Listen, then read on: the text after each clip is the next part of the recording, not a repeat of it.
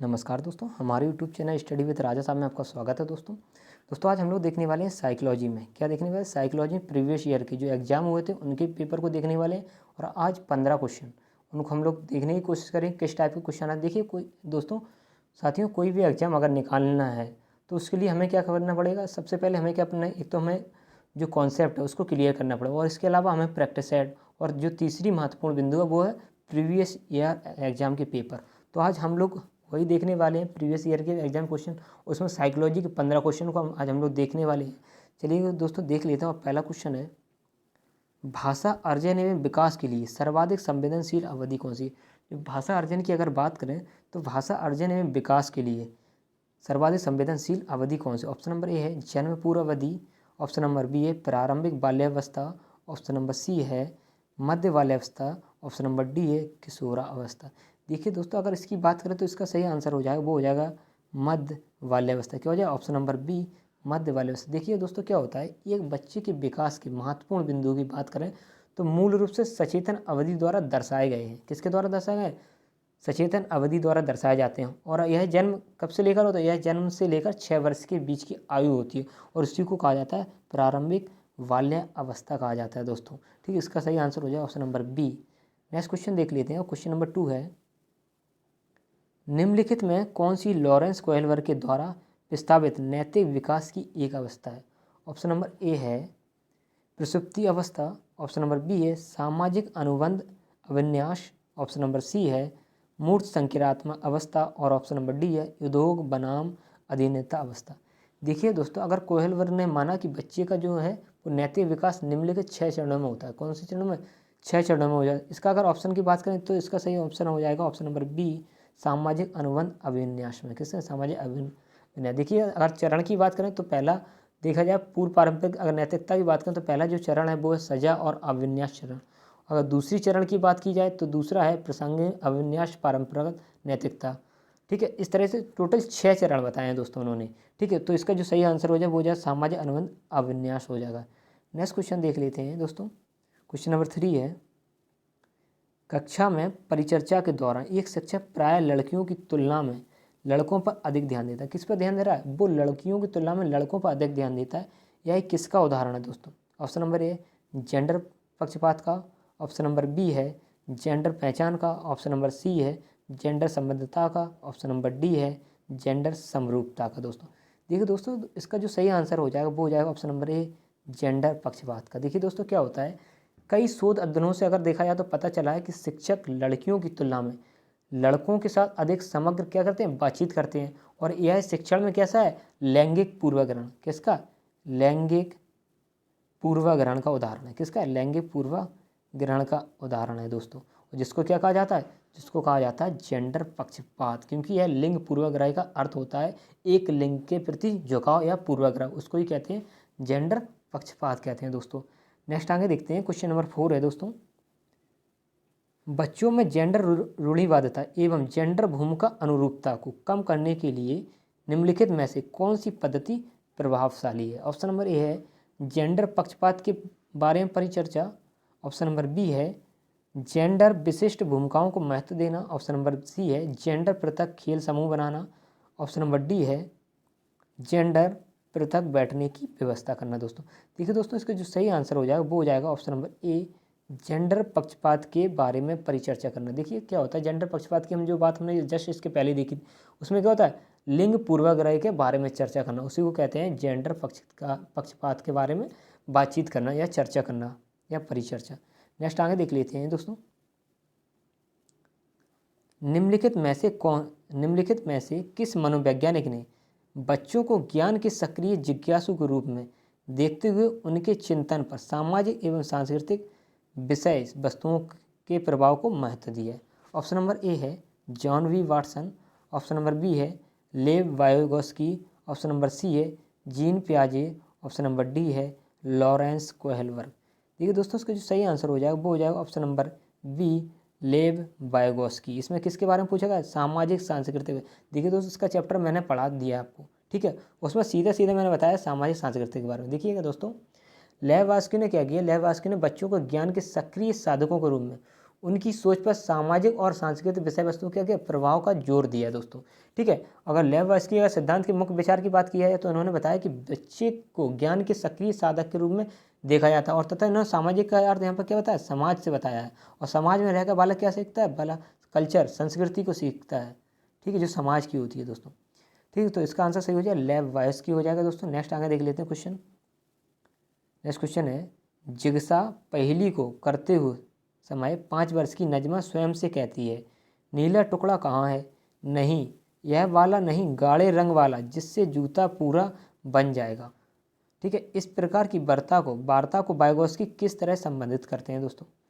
Option number A है व्यक्तिगत वार्ता, ऑप्शन नंबर बी है जोर से बोलना, ऑप्शन नंबर सी है पहाड़ या ढांचा, और ऑप्शन नंबर डी है आत्म केंद्रित वार्ता। देखिए दोस्तों, जब कोई अपने स्वयं से बात करता है उसको कहते हैं व्यक्तिगत वार्ता। क्या कहते हैं, व्यक्तिगत वार्ता कहा जाता है। ऑप्शन नंबर ए सही हो जाएगा दोस्तों। जिग्सा पहेली को करते समय 5 वर्ष की नजमा स्वयं से क्या कहती है, नीला टुकड़ा कहाँ है, नहीं है वाला नहीं है, गाढ़े रंग वाला, जिससे जूता पूरा बन जाए। इस प्रकार की अगर वार्ता को वाइगोत्स्की कहते हैं व्यक्तिगत वार्ता कहते हैं। क्या कहते हैं, व्यक्तिगत वार्ता कहते हैं। नेक्स्ट देख लेते हैं दोस्तों आगे। बच्चे को संकेत देना तथा आवश्यकता पड़ने पर सहयोग प्रदान करना निम्नलिखित में से किसका उदाहरण है दोस्तों। ऑप्शन नंबर ए प्रबलन, ऑप्शन नंबर बी है अनुबंधन, ऑप्शन नंबर सी है मॉडलिंग, और ऑप्शन नंबर डी है पहाड़ या ढांचा या मचान भी बोलते हैं। देखिए दोस्तों, हमने आपको अपने लेक्चर में बताया वाइगोत्स्की ने। ठीक है, अगर किसी की हेल्प या आप संकेत के रूप में मदद कर रहे हैं उसको कहते हैं इसके फोल्डिंग कहते हैं। ठीक है, क्या कहते हैं, इसके फोल्डिंग कहते हैं दोस्तों। ठीक है, और उसी के अंतर्गत इसके फोल्डिंग को ही कहा जाता है मचान या ढांचा या पहाड़ भी कहा जाता है दोस्तों। ठीक है दोस्तों, नेक्स्ट आगे देखते हैं दोस्तों। निम्नलिखित व्यवहारों में कौन सी जीन पियाजे के द्वारा प्रस्तावित मूर्त संक्रियात्मक अवस्था को विशेषित करता है।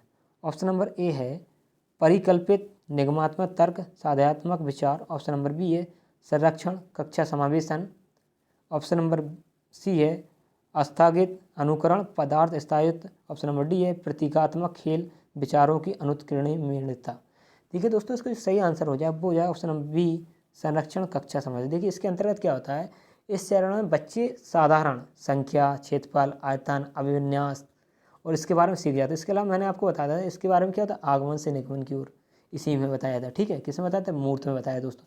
तो ये सारी चीज़ें किस में आती हैं, संरक्षण कक्षा समावेशन में आ जाती हैं दोस्तों। नेक्स्ट आगे देख लेते हैं। नेक्स्ट है बच्चों के संज्ञानात्मक विकास के संदर्भ में निम्नलिखित में से कौन सी पियाजे की संरचना है। ऑप्शन नंबर ए है स्कीमा, ऑप्शन नंबर बी है अवलोकन, ऑप्शन नंबर सी है अनुबंधन, और ऑप्शन नंबर डी है प्रबंधन। देखिए दोस्तों, इसका जो सही आंसर हो जाएगा वो हो जाएगा ऑप्शन नंबर ए स्कीमा। पियाजे ने स्कीमा को क्या कहा है, बौद्धिक व्यवहार कहा है, और बौद्धिक व्यवहार का मतलब क्या होता है, ज्ञान को व्यवस्थित करने की एक विधि, उसी को क्या कहते हैं, स्कीमा कहते हैं दोस्तों। ठीक है, नेक्स्ट आगे देखते हैं दोस्तों। नेक्स्ट क्वेश्चन है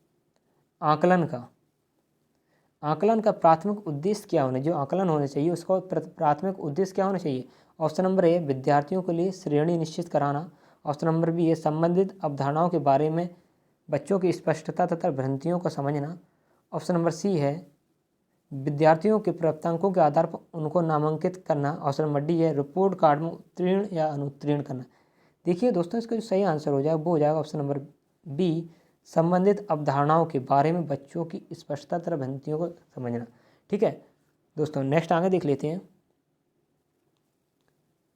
निम्नलिखित कथनों में से कौन सा बुद्धि के बारे में सही है। ऑप्शन नंबर ए है बुद्धि एक निश्चित योग्यता है जो जन्म के समय से ही निर्धारित होती है, ऑप्शन नंबर बी है बुद्धि को मानकीकृत परीक्षणों के प्रयोग से सटीक रूप से मापा एवं निर्धारित किया जा सकता है, ऑप्शन नंबर सी है बुद्धि एक एकात्मक कारक तथा एक एकाकी विशेषक है, और ऑप्शन नंबर डी जो है वो है बुद्धि एक बहुआयामी एवं जटिल योग्यताओं का एक समूह है। देखिए दोस्तों, इसका जो सही आंसर हो जाएगा वो हो जाएगा ऑप्शन नंबर डी बुद्धि जो है वो बहुआयामी है तथा जटिल योग्यताओं का क्या है, एक समूह है दोस्तों।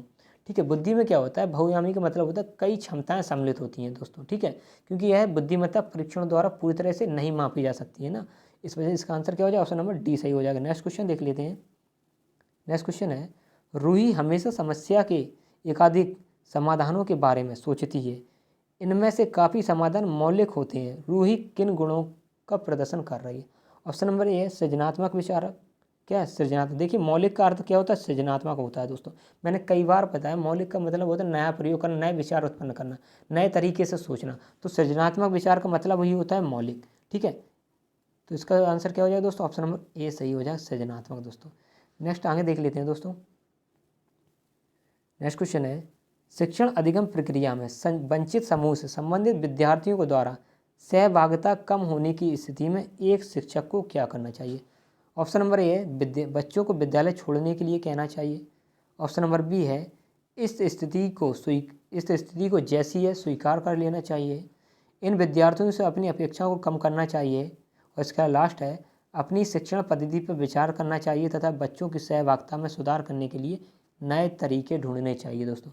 देखिए दोस्तों क्या होता है, शिक्षण अधिगम प्रक्रिया में वंचित समूह से संबंधित विद्यार्थियों के द्वारा क्या होता है, सहभागिता कम करने की स्थिति में एक जो शिक्षक होता है वो अपनी शिक्षण पद्धति पर क्या करना चाहिए, विचार करना चाहिए तथा बच्चों की जो सहभागिता हो उसमें क्या सुधार करने के लिए करते हैं, नए नए तरीके होते हैं उनको क्या ढूंढना चाहिए दोस्तों।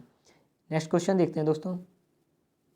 क्वेश्चन नंबर 14 है, एक समावेशी कक्षा में एक शिक्षक को विशिष्ट शैक्षिक योजनाओं को, ऑप्शन नंबर ए तैयारी नहीं करना चाहिए। ऑप्शन नंबर बी है कभी कभी तैयारी करना चाहिए। ऑप्शन नंबर सी है सक्रिय रूप से तैयार करना चाहिए। ऑप्शन नंबर डी है तैयार करने के लिए हतोत्साहित होना चाहिए।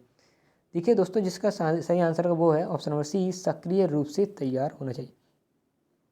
एक समावेशी कक्षा में अगर बात की जाए तो एक शिक्षक को विशिष्ट शैक्षिक योजनाओं का सक्रिय रूप से क्या होना चाहिए, तैयार होना चाहिए दोस्तों। तो इसका सही आंसर हो जाए option number C. Last question देखते हैं, क्वेश्चन नंबर 15 है दोस्तों, पठन वैफल्य बच्चों के प्राथमिक लक्षण क्या है। ऑप्शन नंबर ए है न्यून अवधान विकार। ऑप्शन नंबर बी है अपसारी चिंतन, पढ़ने में धारा प्रवाहिता। ऑप्शन नंबर सी है धारा प्रवाह पढ़ने की अक्षमता। और ऑप्शन नंबर डी है एक ही गति विषयक कार्य को बार बार दोहराना। देखिए दोस्तों इसका जो सही आंसर हो जाएगा वो हो जाएगा ऑप्शन नंबर सी, धारा प्रवाह पढ़ने की अक्षमता। देखिए क्या होता है, पठन वैफल्य का मतलब होता है जिसे रीडिंग डिसऑर्डर के रूप में भी जाना जाता है दोस्तों। किसे, पठन वैफल्य को दोस्तों। ठीक, किसके बारे में जाना जाता है, डिसऑर्डर के बारे में जाना जाता है।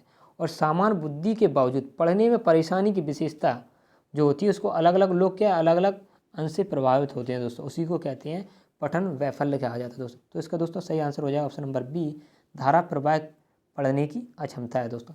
तो देखिए दोस्तों ये प्रीवियस ईयर का हमारा जो था वो लेक्चर नंबर 1 था, उसमें 15 क्वेश्चन थे।